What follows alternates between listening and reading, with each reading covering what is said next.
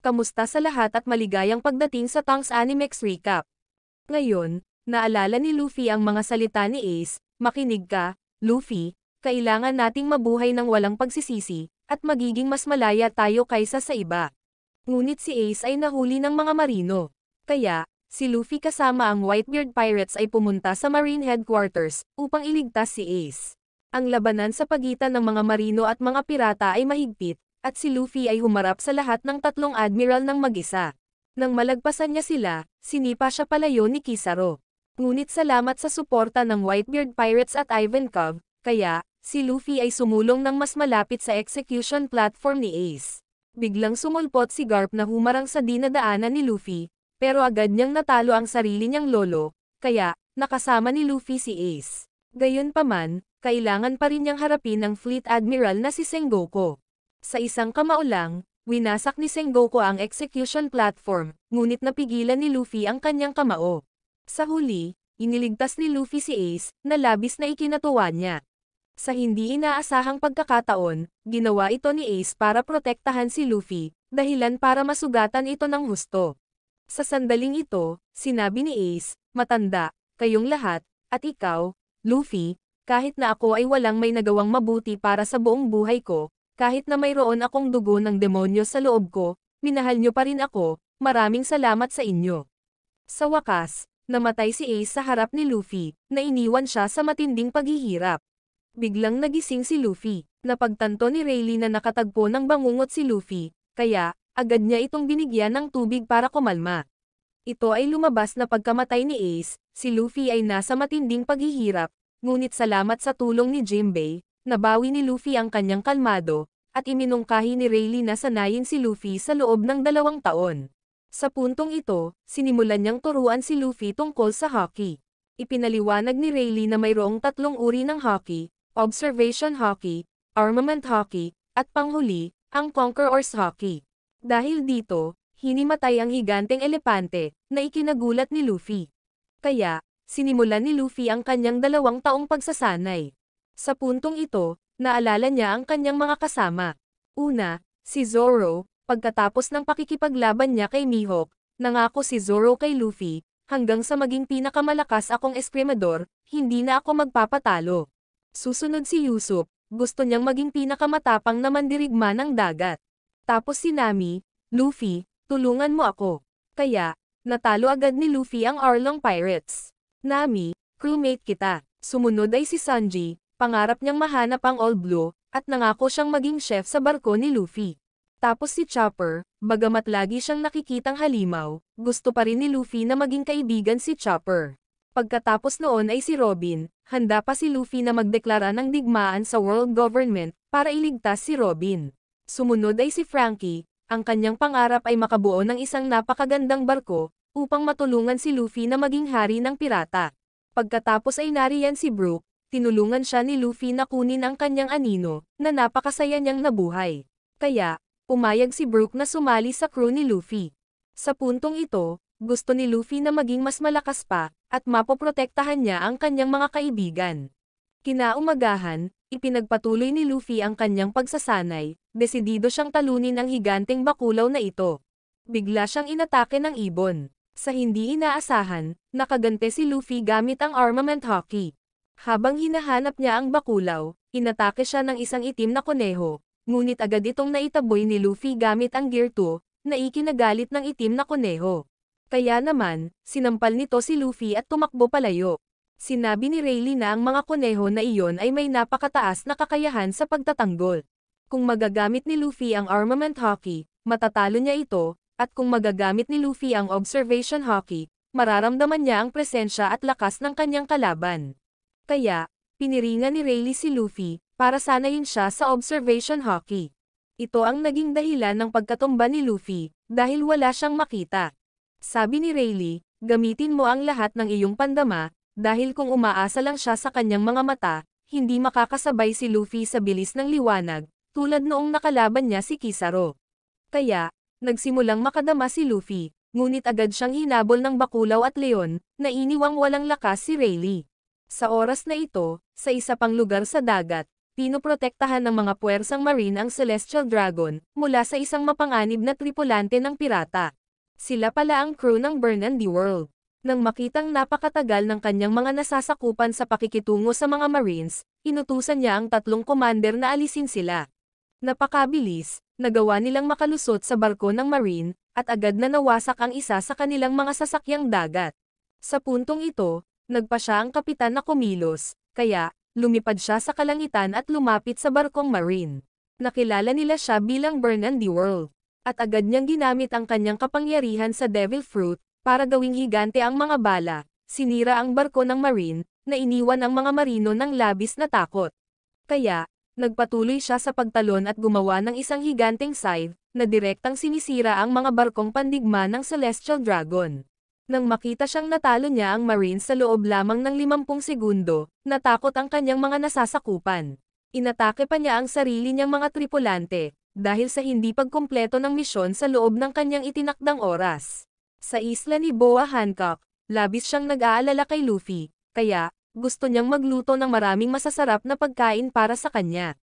Ngunit pinigilan ni Elder Nyan si Boa Hancock, dahil inutusan sila ni Rayleigh na wag istorbohin ang pagsasanay ni Luffy, na ikinagalit ni Boa Hancock. Kaya naman, nagpa siya siyang magpadala ng maghahatid ng pagkain kay Luffy. Bigla silang nakatanggap ng sulat. Lumalabas na tinitipon muli ng world government ang 7 warlord ng dagat.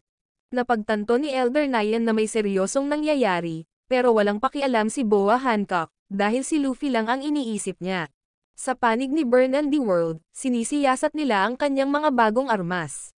Sa isang putok lamang, nawasak niya ang buong isla, na ikinatuwa ng kanyang 3 commander, dahil pagkatapos ng 30 taong pagsisikap, sa wakas ay nalikha na nila ang sandata na ito.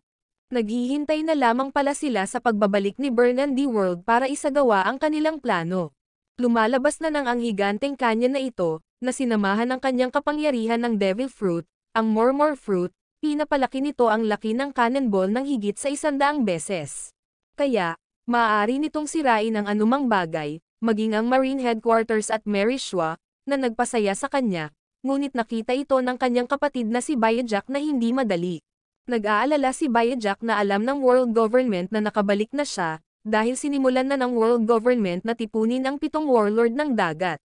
Ngunit hindi alam ni Burn and the World kung sino ang 7 warlord ng dagat. Hindi pala niya alam, dahil matagal na siyang nakakulong sa Impel Down. Kaya, ipinaliwanag ni Bayajack, ang 7 warlord ng dagat ay isang makapangyarihang grupo ng mga pirata, at nagtatrabaho sila para sa world government. Sa puntong ito, nakuha na ni Bayajack ang lahat ng impormasyon tungkol sa 7 warlord ng dagat. Ngunit wala siyang pakialam, at nakaramdam ng pananabik, dahil kung muling magtitipon ang 7 warlord of the sea, kung gayon, kaya niyang pangalagaan silang lahat. Sa panig ni Luffy, nagsasanay pa rin siya kasama ang bakulaw, ngunit napatumba siya nito. Sumunod ay isang buwaya, at pagkatapos ay isang leon. Kinagabihan, galit na galit si Luffy, dahil hindi pa rin niya kayang talunin ang 3 hayop na iyon. Kaya naman, mabilis siyang kumain, para makabalik sa pakikipaglaban sa kanila, na ikinatuwa naman ni Rayleigh at sinabi niyang, "Huwag kang mamatay."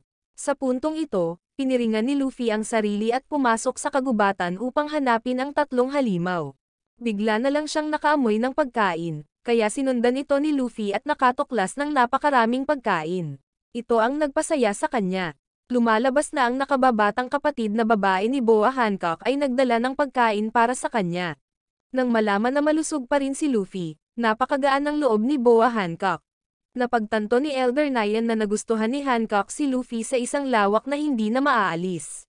Habang si Luffy ay masayang nagsasaya sa kanyang pagkain, natagpuan ni Burn and the World ang 2 kapatid na babae ni Boa Hancock. Agad niya itong inatake, ngunit hindi nila alam kung sino si Burn and the World. Nakilala siya ni Elder Nyan, si Burn and the World ay ang pirata na gustong mahuli ng world government.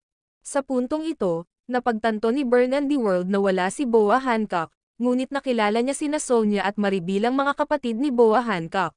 Kaya, inatake niya ang mga ito, at pinabagsak niya ang mga ito na lumipad sa kinaroroonan ni Luffy, na labis na ikinatuwa ni Luffy, dahil napagtanto niyang nagdala sila ng pagkain para sa kanya. Sina Sonya at Mari ay hindi inaasahang nahuli ni Burn and the World, na ikinagalit ni Luffy, dahil sa pangahas na salakayin ang kanyang mga kaibigan. Kaya naman, agad siyang hinarap ni Luffy, ngunit ginamit niya ang armament hockey para harangin ang pag-atake ni Luffy, at agad niya itong pinalipad sa kabundukan. Bigla, ginamit niya ang kanyang kapangyarihan sa Devil Fruit, para maghagis ng malaking bato patungo kay Luffy, na naging sanhi ng pag-aalala ni Boa Hancock. Sinabi ni Burn and the World sa kanya, kung gusto mong iligtas ang iyong dalawang kapatid na babae, halika hanapin mo ako. Pagkatapos, kinuha niya sina Sonya at Marie. Samantala, naramdaman ni Bojack na narinig niya kung saan binanggit ang pangalan ni Luffy. Sa sandaling ito, nagising si Luffy at nakita sina Hancock at Rayleigh. Kaya, ipinaalam nila kay Luffy, sina Sonya at Marie ay kinuha ni Burn and the World. Napagtanto ni Boa Hancock na siya ang pinupuntirya niya. Kaya, nagpa siya si Luffy na sumama kay Hancock upang iligtas ang kanyang dalawang kapatid na babae. Ngunit sinabi ni Rayleigh kay Luffy na hindi pa rin niya kabisado ang hockey. Kung pupunta siya, maaari siyang mamatay. Gayunpaman, desidido pa rin si Luffy na pumunta, dahil nagdala sila ng pagkain para sa kanya. Napagtanto ni Rayleigh na hindi niya mababago ang desisyon ni Luffy, kaya, sinabi niya, dapat kang mabuhay at bumalik. Sa panig ni Kizaru, nakatanggap sila ng balita, na bumalik na si Burn and the World. Inatake pa niya ang mga Celestial Dragon, Pirata, at Marines. Napagtanto ni Akaino na muling tinitipon ng pamahalaang pandaigdig ang 7 Warlords of the Sea, upang pigilan ang 7 Warlords na makipagtulungan kay Burn and the World. Dahil 30 taon na ang nakalilipas, kilala siya bilang World Destroyer, kaya, nakikita siya ng World Government bilang isang malaking banta. Sa panig ni Luffy, sinabi rin sa kanya ni Elder Naya ng tungkol sa panganib kay Burn and the World. At 30 taon na ang nakalilipas, ang pamahalaang pandaigdig ay nagtanim ng mga espiya sa kanyang mga tauhan, kaya mula noon, hindi na siya nagtitiwala sa sinuman.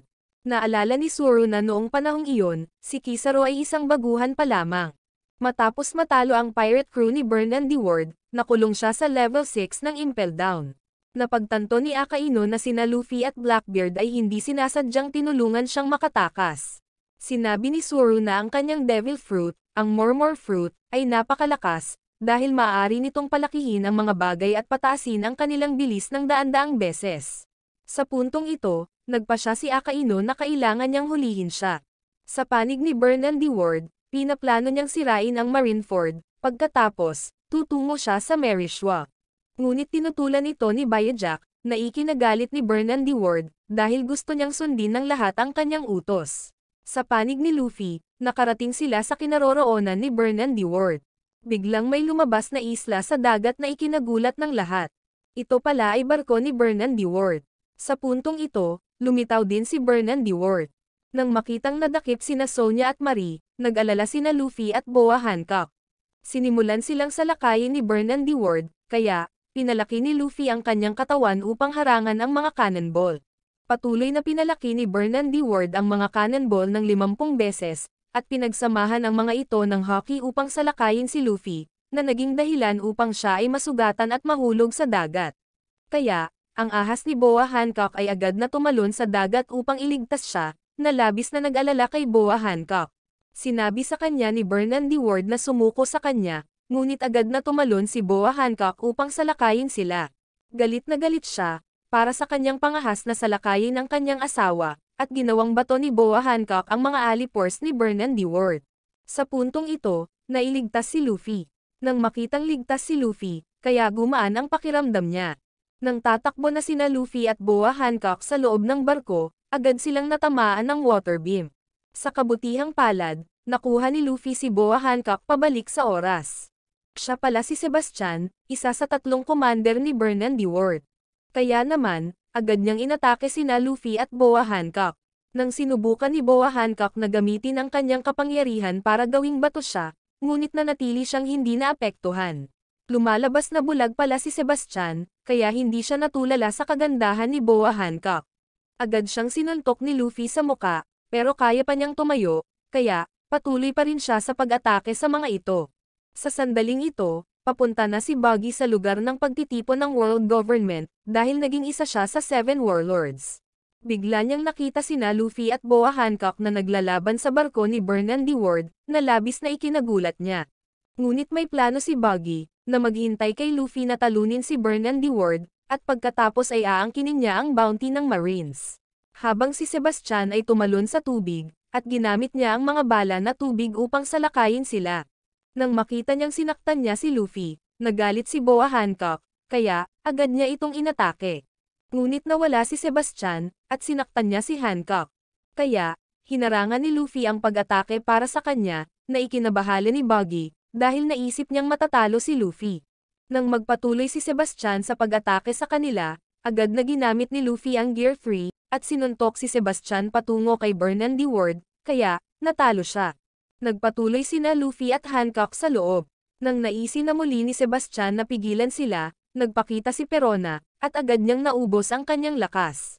Napagtanto ni Luffy na tinulungan siya ni Perona, kaya, nagpasalamat siya sa kanya. Sinundan pala ni Perona si Mihawk dito. Biglang nahulog sina Luffy at Boa Hancock sa isang bitag. Habang hindi alam ni Luffy kung nasaan sila, nakaramdam ng selos si Boa Hancock, at tinanong kung sino ang babae. Ngunit hindi rin siya naalala ni Luffy, kaya, naisip agad ni Hancock na may relasyon sila ni Luffy. Sa sandaling ito, pinagmamasdan din ni Mihawk si Luffy. Sa panig ni Luffy, naghanap sila ng paraan palabas, at nakarating sila sa isang kwarto. Biglang nahiwalay si Luffy kay Boa Hancock, dahilan para mag-alala siya, habang si Burnand Ward naman ay lumitaw sa harap ni Luffy. Kaya, sinabi ni Luffy kay Hancock na iligtas ang kanyang mga kapatid na babae, at lalabanan niya si Burnand Ward. Sa sandaling ito, ipinaalam ni Bayajack kay Burnand Ward, si Luffy na iyon ang nakaligtas sa labanan sa Marineford para iligtas si Ace, at apo siya ni Garp, na ikinagulat niya. Tanong ni Burnand Ward, nailigtas mo ba ang iyong kapatid? Ipinaalala nito kay Luffy ang pagkamatay ni Ace, kaya galit na inatake niya ito, ngunit mabilis siyang kumilos, kaya, hindi siya natamaan ni Luffy. Pagkatapos ay ginamit niya ang Gear 2, ngunit pinatalsik din siya ni Burnand Ward gamit ang Haki. Sa sandaling ito, naisip niyang hindi siya matatalo ni Luffy. Gayunpaman, tumayo siya, at agad siyang inatake gamit ang Haki, na ikinagulat ni Burnand Ward. Pero napagtanto niyang hindi pa rin kabisado ni Luffy ang Haki. Sinabi niya, masyado kang mahina para iligtas ang iyong kapatid, kaya, patuloy na inaatake siya ni Burnand Ward, at natalo si Luffy. Sa puntong ito, nagpa siya si Burnand Ward na hanapin si Boa Hancock. Nakita ni Buggy si Luffy na natalo, kaya labis siyang nag-alala, kaya, nagpa siya siyang tulungan si Luffy na magising para talunin si Burnand Ward. Inaalala ni Burnand Ward ang tungkol noong napapaligiran siya ni Garp at Sengoku. Iniisip na ang kanyang pirate crew ay makakatakas, bigla, pinagtaksilan siya ng sarili niyang mga tripulante. Lumalabas na nasuhulan pala sila ng world government. Sa wakas, siya ay natalo ng Cypherpol agents, habang si Bayajack at ang kanyang tatlong commander ay tumakas. Kaya, naisip ni Burnand Ward na siya ay ipinagkanulo ng lahat. Sa panig ni Buggy, sinusubukan niyang gisingin si Luffy, habang naalala niya ang labanan sa Sabaudi, kung saan nagkahiwalay ang kanyang mga kasamahan, kasama ang pagkamatay ni Ace. Habang labis na nag-aalala si Boa Hancock kay Luffy, napagtanto niyang itinaya ni Luffy ang kanyang buhay para sa kanya, na nagpaligaya kay Boa Hancock. Sa sandaling ito, pumasok siya sa isang silid na puno ng amoy ng gamot. Biglang may nakasalubong siyang matandang babae. Siya pala si 19, isa sa mga commander ni Burnand Ward. At kinutya niya si Boa Hancock, dahil napakabata niya para maging isang 7 Warlords of the Sea. Nag-isip pa si 19 ng paraan para man-neutralize ang kapangyarihan ng Devil Fruit ni Boa Hancock. Nang salakayin siya ni Boa Hancock, agad na uminom si 19 ng kakaibang potion, na nagparamdam sa kanya ng sobrang pait. Kaya, hindi siya naapektuhan ng kapangyarihan ni Boa Hancock. Gumamit kaagad si 19 ng isa pang uri ng gamot para atakehin si Hancock, dahilan para mapunit ang kanyang damit. Sumunod, ginamit ni 19 ang kanyang lihim na gayuma, upang ibahin ang kanyang katawan sa isang magandang dalaga. Pagkatapos, patuloy na inatake ni 19 si Hancock, ngunit nagawa niyang iwasan ang bawat pag-atake. Pagkatapos ay ginamit ni Hancock ang kanyang kapangyarihan sa Devil Fruit, para mag-shoot ng maraming arrow patungo kay 19. Gayunpaman, nagawang harangan ito ni 19. Nang makitang kumpiyansa si 19, nagpatuloy si Boa Hancock sa pag-atake, ngunit madaling nalabanan ni 19 ang bawat galaw. Bigla, na-mesmerize siya ni Boa Hancock, dahilan para mawalan ng kontrol si 19, kaya, agad siyang kumuha ng mapait na gayuma para makontrol ang sarili. Gayunpaman, nang makita ang hindi kapani-paniwalang magandang katawan ni Boa Hancock, hindi magawa ni 19 sa sarili na hampasin si Hancock, at patuloy na natulala sa kanya. Napilitan si 19 na patuloy na uminom ng gamot. Bagamat may gusto lang siya sa mga lalaki, hindi niya napigilan ang pang-akit ni Hancock. Sa kalaunan, naisuka ni 19 ang lahat ng gamot, bumalik sa normal. Kaya, ginawa siyang bato ni Hancock, dahil wala sa mundong ito ang makakalaban sa kagandahan ni Hancock. Sa panig ni Buggy, sinusubukan pa rin niyang gisingin si Luffy, habang si Luffy ay naaalala ang kanyang pangako kay Rayleigh, kasama ang kanyang mga kasama, at ang mga salita ni Burnand Ward, ang isang taong kasing mahina mo ay hindi makapagligtas ng sinuman. Tinulungan si Luffy na magising, na ikinagulat ni Buggy. Sa sandaling ito, determinado siyang talunin si Burnand Ward, ngunit nawala si Luffy. Nahulog pala siya sa isang bitag na itinakda ni Garam. Kaya, agad niyang ginamit ang kanyang kapangyarihan sa Devil Fruit, at patuloy na kinokontrol ang mga square block para atakehin si Luffy, na dinala si Luffy sa kanyang silid. Nakain pala niya ang Cube Devil Fruit, na nagpapahintulot sa kanya na lumikha at makontrol ang mga cubic block. Kaya, agad niyang inatake si Luffy, pinabagsak siya sa lupa. Bagamat patuloy na hinaharangan ni Luffy ang kanyang cubic blocks, nakuha pa rin niya itong mahuli.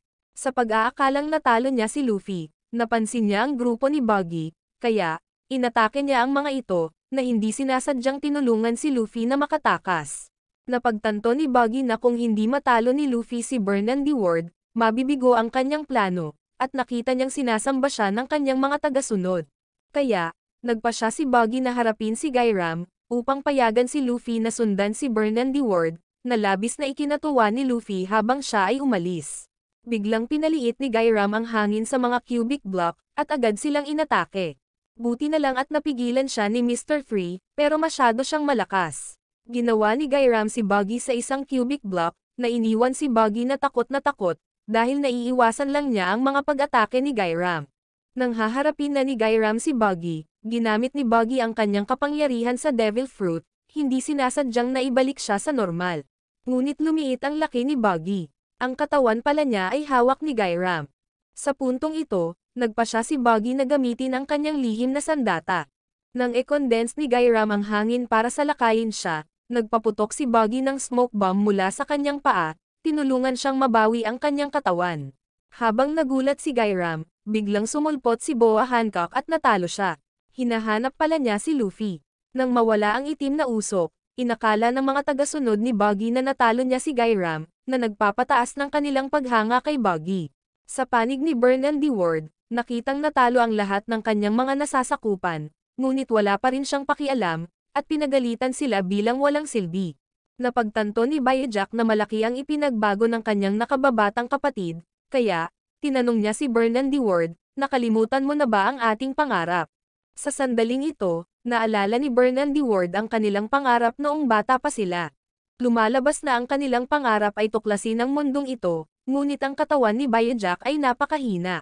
Kaya, nangako si Burnand Ward na protektahan siya, at sabay nilang tuklasin ang mundong ito. Pagkatapos, tumulak sila, at nagtatag si Burnand Ward ng sarili niyang tauhan ng pirata.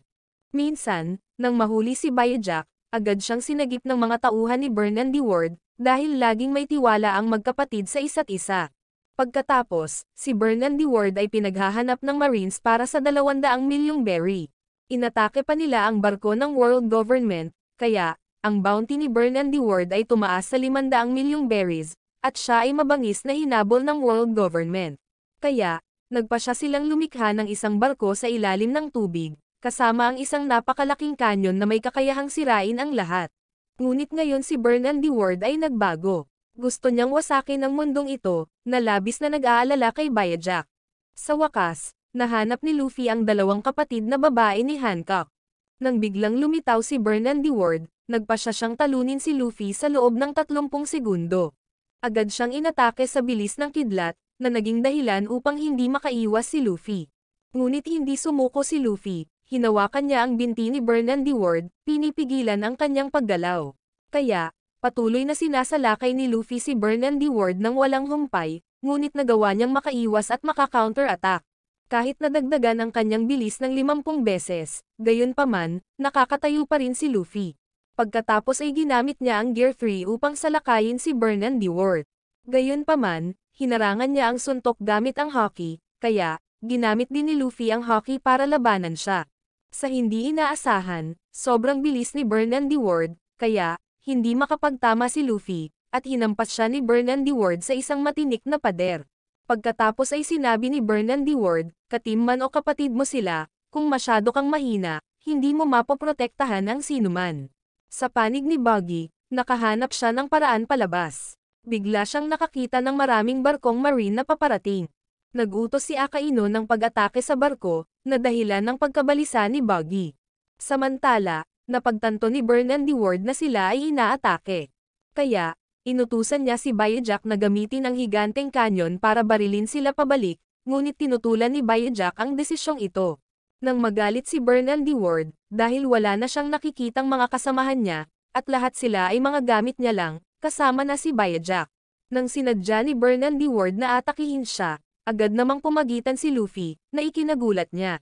Sinabi ni Luffy, kung nakikita mo ang iyong mga kasamahan sa koponan bilang mga tool lamang, ikaw ay isang kahabag-habag na kaawa-awa, kaya, sinuntok ni Luffy si Burnand-Dewort sa muka.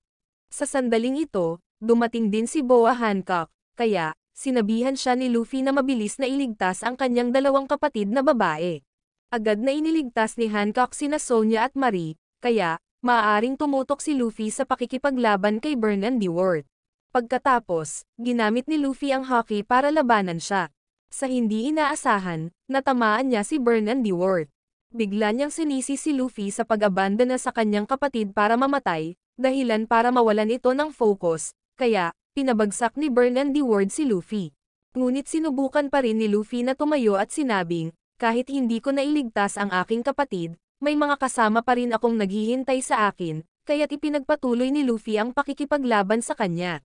Sa hindi inaasahan, nagawa niyang ibagsak si Burnand-Dewort. Napagtanto niya na habang lumalaban si Luffy, mas lumalakas siya. Patuloy na gumamit ng barrage of punches si Luffy para atakihin siya, kaya, agad na lumaban si Burnand-Dewort. Patuloy na ginagamit ni Luffy ang kanyang nagninangas na pamamaraan ng suntok para atakihin siya. Lumalabas na ang diskarteng ito ni Luffy ay nagdala ng kalooban ni Ace, at naghatid ng isang malakas na suntok kay Burnand-Dewort, na naging sanhi ng pagbangga niya sa spiked wall. Sa wakas, natalo na ni Luffy si Burnand-Dewort, kaya, agad niyang pinuntahan si Hancock. Sa panig ni Buggy, nakatakas siya palayo sa barko, at si Boa Hancock ay labis na nag-aalala kay Luffy. Samantala, nagkamalay na si Burnand-Dewort, ngunit napagtanto niyang hindi na siya makakatakas.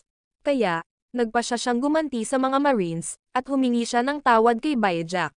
Sa sandaling ito, napagtanto ni Bayajack na galit pa rin siya sa kanyang mga kasamahan sa koponan sa pag-abandona sa kanya, kaya, nagsimulang i-activate ni Burnand-Dewort ang higanteng kanyon.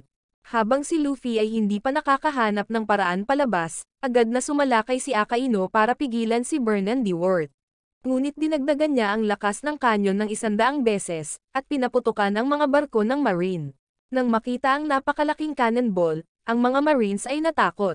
Sa kabutihang palad, nagawa ni Mihawk na hatiin ang cannonball sa tamang oras, na tinitiyak ang kaligtasan ng mga Marine. Nagulat ito kay Burnand-Dewort, ngunit napagod din siya at bumagsak.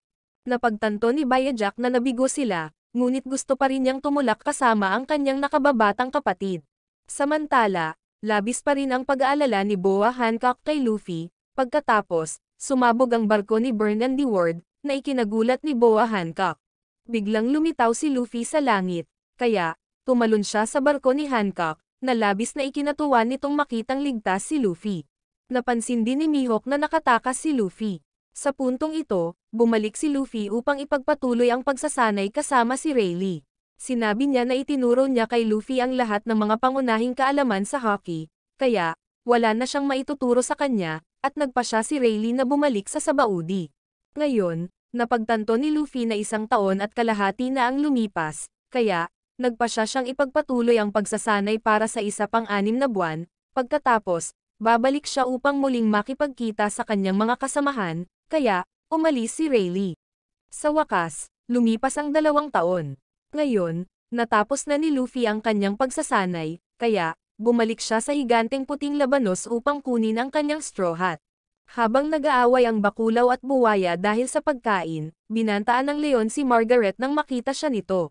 Biglang sumulpot si Luffy at sinabing, kaibigan ko siya. Dahil dito ay natakot sila. Dumating pala si Margaret dito para sunduin si Luffy, kaya nagpaalam si Luffy sa tatlong hayop na ito, dahil tinulungan siya nitong magsanay.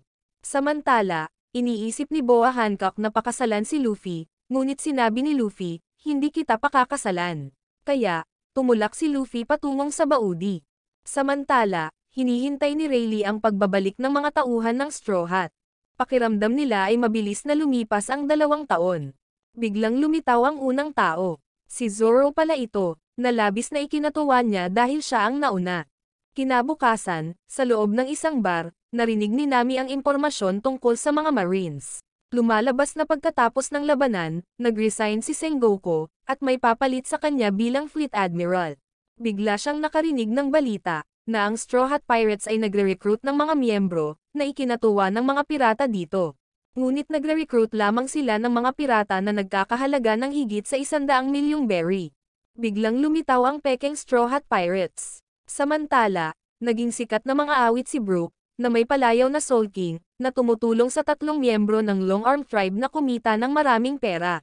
Kaya, nagsimula siyang magtanghal para sa lahat, na pinasaya ang mga tao rito. Habang si Sankren ay galit na galit, dahil napagtanto niya na ngayon ay aalis si Brook, kaya, nagpa siya siyang tawagan ang Marines. Sa panig ni Sanji, nakarating din siya sa Sabaudi. Pagkakita pa lang niya ng mga babae, tuwang-tuwa si Sanji, dahil matagal na siyang nasa Transvestite Island. Kaya, nagpaalam sila sa kanya, ngunit napakasaya ni Sanji na makatakas mula sa impyernong iyon.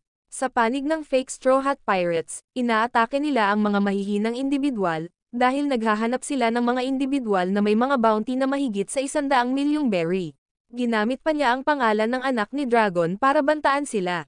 Sa sandaling ito, napagtanto niya na mayroong 2 napakalakas na individual, iyon ay sina Caribou at Koribo.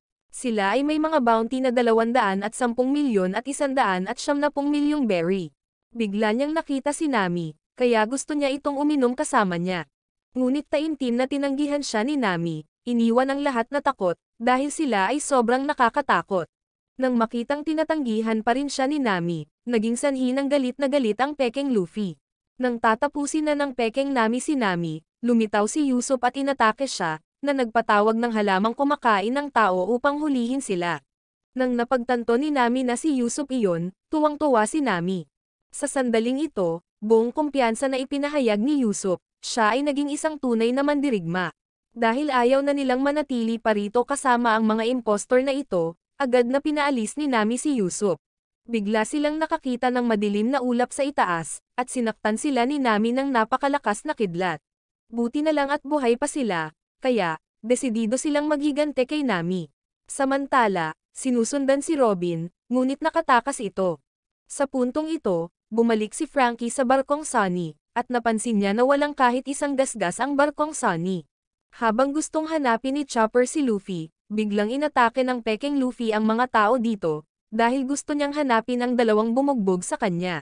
Biglang lumitaw ang totoong Luffy, at hindi sinasadyang nabangga niya ang pekeng Luffy, na ikinagalit niya at sinabihan siyang tumigil. Napagtanto ni Luffy na nakatagpo siya ng problema, dahil bago dumating sa Sabaudi, binigyan ni Boa Hancock si Luffy ng isang pekeng balbas, upang maiwasang maakit ang atensyon. Naghanda pa siya ng 50 outfits at 1,000 meals para kay Luffy, na ikinagalit ni Elder Nyan dahil sobra ito. Kaya, kinailangang iwan ni Boa Hancock ang ilan. Sa puntong ito, gusto niyang umalis si Luffy nang walang paalam. Sinabi ni Luffy, gusto pa rin kitang makita muli, na nagpa-blush kay Hancock, at naisip niyang gusto siyang ligawan ni Luffy. Sa oras na ito, nakipag-away ang pekeng Luffy sa totoong Luffy. Sa panig ni Sanji, nang marinig na si Zoro ang unang dumating, nagulat ito. At napagtanto din ni Sanji na tinulungan sila ni Duval na protektahan ang barkong Sunny.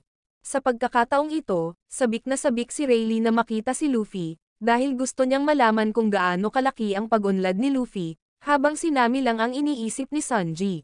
Sa panig ni Chopper, nakita niya sina Zoro, Sanji at Robin, kaya, hinabol niya agad ang mga ito.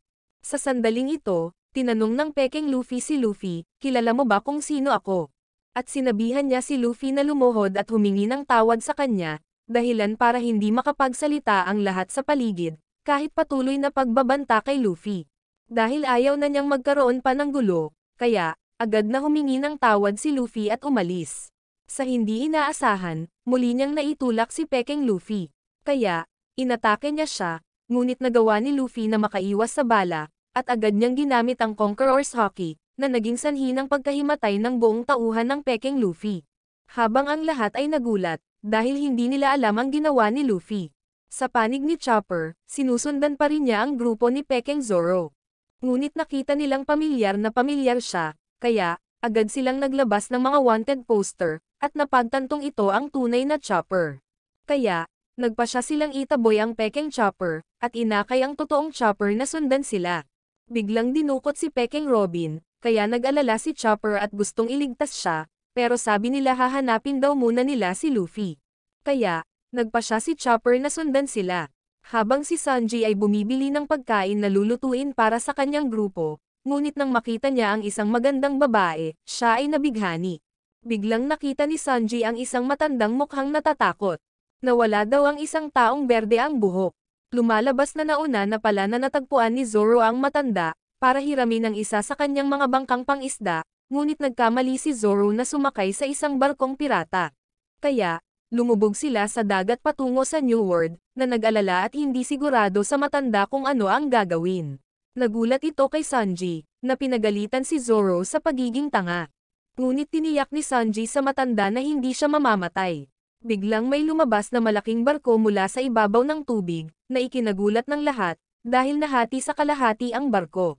Lumalabas na pinutol ni Zoro ang barkong ito sa kalahati, na nagtapos sa pangarap ng mga pirata na maabot ang bagong mundo. Sa sandaling ito, napagtanto ni Zoro, maling barko ang sinakyan ko. Sa panig ni Robin, natagpuan niya ang barkong Sunny, na labis na ikinatuwa niya, dahil ligtas pa rin ang Sunny. Biglang sumulpot din si Frankie. Sa sandaling makita niya si Robin, ipinagmamalaki niyang ipinakita ang kanyang bagong cyborg na katawan, ngunit hindi interesado si Robin. Sa sandaling ito, napansin ni Robin na ang Sunny ay pinahiran ng isang layer coating. Sinabi ni Frankie na ito ang pamamaraan ni Rayleigh. Sa panig naman ni Brook, nagpe-perform pa rin siya para mapanood ng lahat. Samantala, si Chopper ay nakatagpo ng pekeng Luffy, ngunit naisip niya na ito ang tunay na Luffy, na nagpapasaya kay Chopper. Gayunpaman, nagtataka pa rin si Pekeng Luffy, bakit siya nawalan ng malay. Sa sandaling ito, ipinaalam sa kanya ni Pekeng Zoro, na si Robin ay kinidnap, na labis na nag-aalala kay Chopper. Ngunit walang pakialam si Pekeng Luffy, at nagpa siya na wag pansinin siya, na ikinagalit ni Chopper. Hindi maintindihan ni Chopper kung bakit naging ganoon si Luffy. Samantalang galit na galit siya kina Usopp, Nami, at Luffy. Kaya, desidido siyang maghiganti sa kanila. Agad na nadismaya si Chopper, kaya, nagpa siya siyang pumuntang mag-isa para iligtas si Robin. Habang sinusubaybayan pa rin sila ng Marines, pero inakala rin ng Marines na sila ang totoong Straw Hat Pirates. Kaya, agad silang nagulat na tipunin ang lahat ng mga marino, para paghandaan ang paghuli sa mga Straw Hat Pirates. Pinakilos din ni Sentamaro ang pacifista para hulihin sila.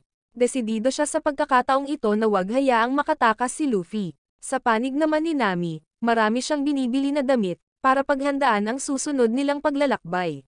Pinilit pa niya ang may-ari ng tindahan na bawasan ang presyo ng hanggang 70%. Sa panig ni Chopper, sobrang nalungkot siya, dahil nakita niyang nagbago ang lahat. Wala silang pakialam sa buhay o kamatayan ni Robin. Biglang nahanap siya ni Usopp at Nami, na ikinatuwa nilang makitang muli si Chopper. Sa puntong ito, ipinaalam ni Nami kay Chopper, na sila ang mga pekeng Straw Hat Pirates, na nagpapagalit sa kanya. Pero masaya pa rin si Chopper, dahil nagkita na naman sila ng grupo nila. Sa panig ni Pekeng Zoro at Sanji, hinahanap nila si Chopper. Bigla naman nilang nakita si Luffy. Nakilala nila siya bilang ang taong hinahanap ng kanilang kapitan, ngunit naisip ni Luffy na sila ang tunay na Zoro at Sanji. Kaya, pinangunahan nila si Luffy para makipagkita sa kanilang kapitan. Sa panig ni Zoro at Sanji, nagtatalo silang dalawa. Si Zoro ang unang dumating, kaya hindi komportable si Sanji dahil palagi siyang tinatawag na number 7 ni Zoro, kaya, silang dalawa ay nagsimulang maglaban. Sa sandaling ito, maraming mga pirata ang nagtipon, upang maghanda na sumali sa Straw Hat Pirates. Binabantayan din sila ng mga marine. Napagtanto nila na ang lugar na ito ay nagtitipon ng maraming makapangyarihang mga pirata, maging ang kanilang mga biyaya ay napakataas. Bigla, nakita ni Caribou ang mga marine. Sa panig ni Brook, natapos na siyang magtanghal, na nagpasaya sa lahat. Sa oras na ito, nahuli ni Caribou ang marine, at napagtanto niya na malapit nang magtipon ang mga puwersang marine dito, dahil ang marine na ito ay nagulat sa punong tanggapan. Kaya naman, agad niyang inilabas ang kanyang mga sandata para salakayin ang mga marine, maging ang mga ito ay gusto siyang ilibing ng buhay. Biglang sumulpot si Peking Luffy na nagpapasaya sa mga pirata. Sa sandaling ito, sinabi ni Peking Luffy na siya ang magiging hari ng pirata, na hinihimok ang lahat na sumali sa kanyang pirate crew, na ikinatuwa ng lahat.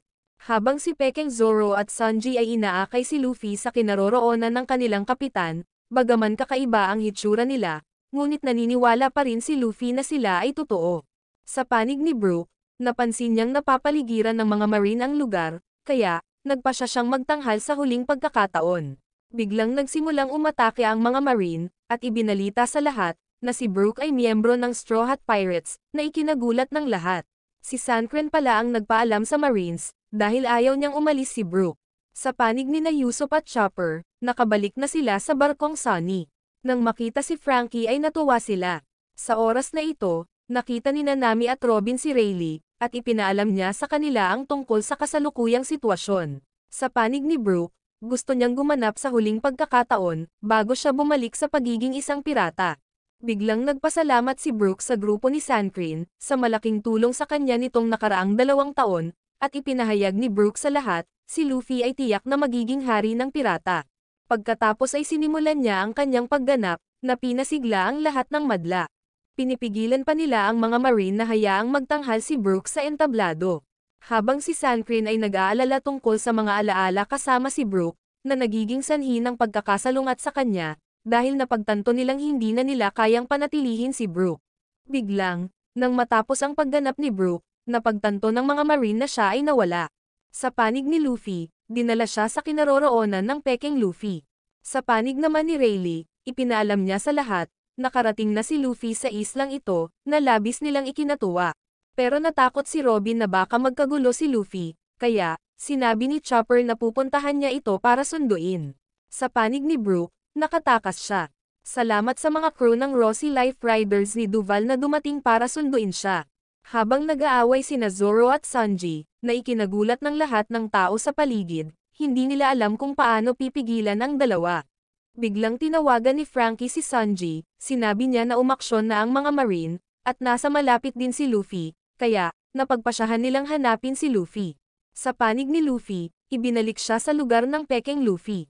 Sinabi niya sa lahat na kinukutya siya ng taong ito, kaya, gusto niyang patayin si Luffy para bigyan ng babala ang lahat. Habang si Luffy ay hindi maintindihan ang nangyayari, at akala niya ay totoo sina Zoro at Sanji, bigla, lumitaw ang mga marines, pinalibutan ng pirata gang, na agad na naging sanhi ng pag-aalala ng Peking Luffy. Kaya, inutusan niya si Caribou na gamitin ang mga marine bilang mga hostage, na nagpapatakot sa mga sundalong marine. Sa hindi inaasahan, hindi sinunod ni Caribou ang utos ni Peking Luffy, at agad niyang pinatay ang mga sundalong marine, na ikinagulat ng lahat. Habang ang mga marine ay galit na galit, ang pirata gang ay nanatiling kumpiyansa at nakipaglaban sa mga marine, dahil ang Straw Hat Luffy, ang kapitan ng kanilang mga tripulante, ay may bounty na 400 milyon. Galit na galit ang Peking Luffy, dahil walang nakinig sa kanya. Sa puntong ito, napagtanto ng mga marine na mayroong ilang napakalakas na pirata, habang ginamit ni Caribou ang kanyang kapangyarihan sa Devil Fruit. Ang kanyang Devil Fruit pala ay ang Swamp Fruit. Biglang inihayag ng Peking Luffy, kung sino ang makakapatay ng pinakamaraming marines ay magiging kanang kamay niya. Bigla, sumulpot ang mga pacifista na ikinatakot ng pirata gang. Biglang na-detect ng mga pacifista ang totoong Luffy, na nagpasindak sa Peking Luffy. Sa hindi inaasahan, walang kahirap-hirap na pinabagsak ng pacifista ang isang pirata na may bounty na 88 milyon sa isang suntok, na tumulong sa mga marine na mabawi ang kumpiyansa. Sa sandaling ito, sinubukan ng Peking Luffy na tumakas, habang ang mga pirata ay patuloy na tinatalo ng mga pasifista. Biglang nabangga ng Peking Luffy si Sentamaro, agad siyang natakot. Habang ang pirata gang ay labis na naiintriga, dahil malapit na nilang masaksihan ang lakas ng Straw Hat Luffy. Hindi maintindihan ni Sentamaro kung sino siya. Kaya, ipinakilala niya ang kanyang sarili. Ako ay anak ng Dragon Revolutionary Army Commander, apo ng Marines hero na si Garp, at ako ay wanted na may bounty na 400 milyong berry. Pero bago pa siya makapagtapos ay hinampas siya ni Sentamaro ng malakas sa ulo. Ang Straw Hat ay hindi hamak na tulad mo. Nagulat ito sa lahat, dahil parang masyadong mahina ang Straw Hat Luffy. Pagkatapos, inutusan ni Sentamaro ang pacifista na kilalanin siya. Siya pala si Demaro Black, wanted lang na may bounty na 26 na million berry. Ito ay nagulat sa lahat ng mga pirata, dahil sila ay nalinlang ng impostor na ito. Sa pag-aakalang namatay na si Luffy, inihayag ni Sentamaro na narito ang totoong Straw Hat na si Luffy. Inutusan niya ang pacifista na umatake, ngunit si Luffy ay nakaiwas sa oras, na naging sanhi ng pagkahulog ng kanyang disguise, na ikinagulat ng mga pirata, dahil kamukha niya ang kanyang wanted poster. Sa puntong ito, determinado ang mga marino na hulihin si Luffy. Sinabi ni Sentamaro, nagbago ako sa nakalipas na 2 taon, ngayon, opisyal na akong naging marine, at inutusan niya ang pacifista na umatake. Gayunpaman, madaling umiwas si Luffy at sinabing, masyadong mabagal, na ikinagulat ni Sentamaro. Pagkatapos, inactivate ni Luffy ang Gear 2. Habang patuloy na umaatake ang pacifista, tumalon si Luffy at hinampas siya ng isang suntok lamang, na ikinagulat ng lahat ng mga pirata. Napagtanto ni Sentamaro na gumamit siya ng Haki. Napagtanto ni Luffy na hindi na siya makakatagal dito, kaya, agad siyang tumakbo. Bigla niyang nakasalubong sina Zoro at Sanji. Napagtanto ni Luffy sa pagkakataong ito ay dapat totoo sila. Bigla, inatake naman sila ng isa pang pacifista.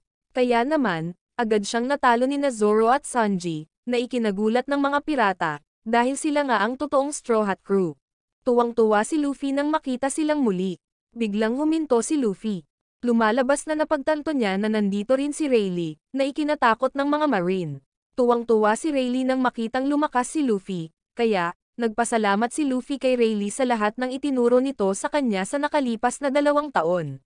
Nangako si Luffy kay Rayleigh, talagang ako ang magiging hari ng pirata, na ikinasaya naman ni Rayleigh para sa kanya. Ngunit patuloy silang hinahabol ng mga marine, kaya, kinailangan agad na umalis ni Luffy.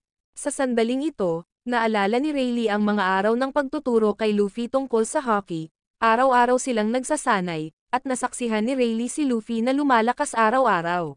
Kaya, sumigaw si Rayleigh, abutin mo ang tuktok.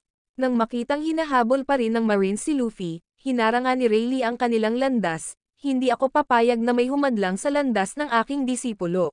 Nang makita si Rayleigh na nagukit ng malalim na kanal sa lupa, natakot ang mga Marine. Ngunit mayroon pa ring isa pang grupo ng mga tropang Marines na humaharang kay Luffy sa unahan. Bigla, nawalan sila ng lakas ng loob, na ikinalilito ng hukbong pandagat. Lumalabas na dumating pala si Perona upang tumulong sa kanila. Nang makita nila si Perona, natuwa si Sanji. Agad na pinagalitan ni Perona si Zoro dahil sa pagkaligaw niya, kung saan-saan ang kanyang paghahanap. Habang si Sanji ay labis na nasisiyahan, agad na inubos ni Perona ang kanyang lakas. Biglang lumitaw ang isang dambuhalang ibon. Dumating pala si Chopper para sunduin sila. Samantala, nakabalik na si Brook sa barkong Sunny. Ang makita ang lahat ay labis siyang naging masaya. Akala nila kakanta si Brook, pero nagtanong si Brook, pwede ko bang makita ang panty mo? Kaya, tinamaan siya ni Nami. Napagtanto ni Nami na hindi siya nagbago. Ngayon, bumalik na rin si Luffy at ang iba, na sobrang nagpasaya sa kanila, dahil sa wakas ay nagkita na rin sila ni Luffy. Biglang nahagip ng paningin ni Sanji sina Nami at Robin, na naging sanhi ng pagdurugo ng ilong nito na lumipad at nahulog sa dagat, na labis na ikinabahala ni Chopper at Usopp, dahil maraming dugo ang nawala kay Sanji. Samantala, tuwang-tuwa si Luffy nang makita ang na-upgrade na cyborg na katawan ni Franky. Bigla silang inatake ng mga Marines, na ikinabalisa ni Usopp. Sa kabutihang palad, dumating si Boa Hancock upang tulungan sila, at hinarang niya ang kanyang barko sa mga Marine. Nakilala siya ni Robin bilang si Boa Hancock, kilala siya bilang Pirate Empress. Nang marinig nilang sinabi ni Robin na napakaganda niya, agad na tumingin sina Yusuf at Brooke at napagtanto nilang isa siyang diyosa. Kaya naman, agad ding nagising si Sanji para makita si Boa Hancock. Sa hindi inaasahan, naging bato agad siya. Habang hindi alam ng mga Marine kung ano ang gagawin, dahil si Boa Hancock ay isa sa 7 Warlords of the Sea, kaya, hindi nila siya maaatake. Ngayon, lumingon si Boa Hancock at sinenyasan si Luffy na umalis. Napagtanto ng lahat na pumunta siya rito para tulungan si Luffy, na labis nilang ikinagulat. Habang nalaman ni Sanji na dinala si Luffy sa isla ng mga kababaihan, na ikinagalit niya at sinisi si Luffy, seryoso ka ba talaga sa pagsasanay? Ngayon, kakaiba ang naramdaman ni Usopp, dahil hindi na nila nakitang hinahabol sila ng mga Marine. Sa panig ng Marines, sila ay hinahadlangan ng isang kuyog ng mga higanteng insekto. Dumating pala ang master ni Usopp para tulungan siya. Sa kabilang panig ng isla, umuulan, dahilan upang mabasa ang lahat ng sandata ng Marines. Lumalabas na ang mga propesor mula sa isla ng Wetheria ay tumulong kay Nami. Ngayon, inactivate ni Frankie ang coating layer ng Sunny Ship, pinupuno ang hangin sa loob at lumikha ng malaking bula. Habang sa kabilang panig ng isla, nawawalan ng lakas ng loob ang mga Marine, dahil tinulungan ni Perona si Zoro na pigilan sila. Biglang nakita ni Chopper ang dalawang barkong Marine na papalapit, ngunit agad na pinunit ng higanteng ibon ang mga layag ng barkong Marine. Nang salakayin sila ng mga Marine, pagkatapos, namagitan si Sanji. Gayunpaman, nang makita si Nami, muling nagsimulang dumugo ang kanyang ilong. Habang ang maraming Marines sa isla ay nakikipaglaban sa mga may puso ng isang dalaga, na ginawang takot sa mga Marines, ngunit pinaramdam din kay Sanji ang malamig na panginginig. Sa sandaling ito, nagsalita si Luffy sa lahat, salamat sa lahat sa pagtitiis sa pagiging makasarili ko sa nakalipas na 2 taon. At sumigaw si Luffy, lalayag na tayo, na nagpapasaya sa lahat, kaya, ang Sunny Ship ay lumubog sa dagat, at tumungo sa Fishman Island. Maraming salamat sa panonood, sana nag-enjoy ka sa anime na ito. Mag-subscribe at pindutin ang notification bell upang updated ka lagi sa mga bagong video na mai-upload namin, at para makatutok sa higit pang Tagalog anime recap, magkita tayo sa susunod.